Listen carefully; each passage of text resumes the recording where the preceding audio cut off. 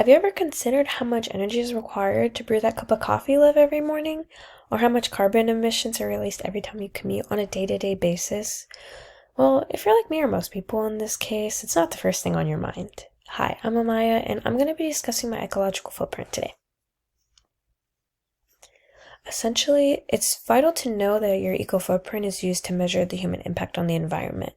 The data that you see is the calculated version of my eco footprint.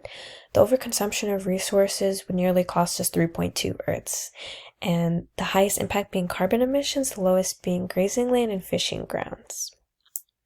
This realization honestly came as a shock, so I really decided I would challenge myself and set some goals kind of out of that reach. So utilizing more public transportation, reducing energy and electricity usage, and improving my recycling habits. Progressing into this journey, I decided I really needed to hone in on a game plan.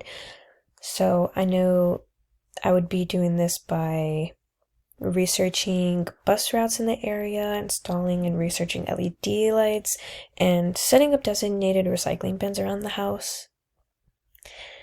As I began doing these sustainable practices, I found myself taking the bus to and from school more often. When I'm in DC, I'm taking the train and just walking as much as possible in between, as well as turning lights off around the house and using recycling bins as much as possible.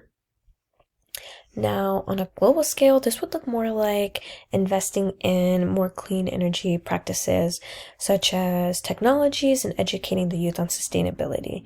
Another possible way to implement this would be high-speed rail systems, as well as more bus networking to make things more accessible to the general population. You could also do installing solar panel and wind turbines incentives, such as tax incentives, and looking towards other countries for ideas. Like Germany had a really good take on that as far as sustainable practices and just really for the general public.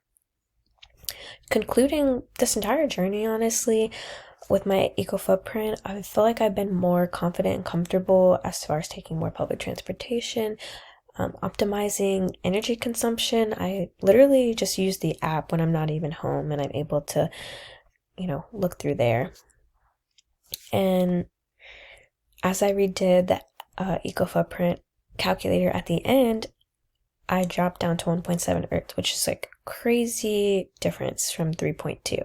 So the overall progress is like great, but there's always still room for improvements. An example for an improvement, not just for me, but the community, would be just really getting involved in making changes in the area.